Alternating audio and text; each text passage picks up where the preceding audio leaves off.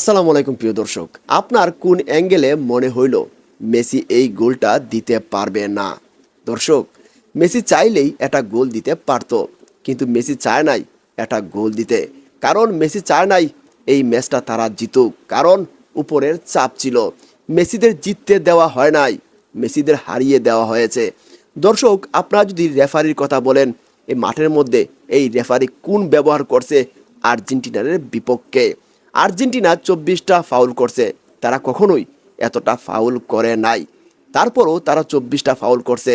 Spain, তারাও তো কম করে নাই, তারাও 21টা ফাউল করছে, 3টা ফাউল কম। অথচ আর্জেন্টিনাকে 5টা হলুদ কার্ড দেখানো হয়েছে, অন্যদিকে স্পেনকে একটা কার্ডও দেখানো হয় নাই। এমনকি স্পেনকে একটা লাল কার্ডও দেখানো হয় নাই, অথচ আর্জেন্টিনাকে একটা লাল কার্ডও দেখানো হয়েছে। এবং আর্জেন্টিনা 10জন প্লেয়ার নিয়ে তারা ফাইনাল খেলছে।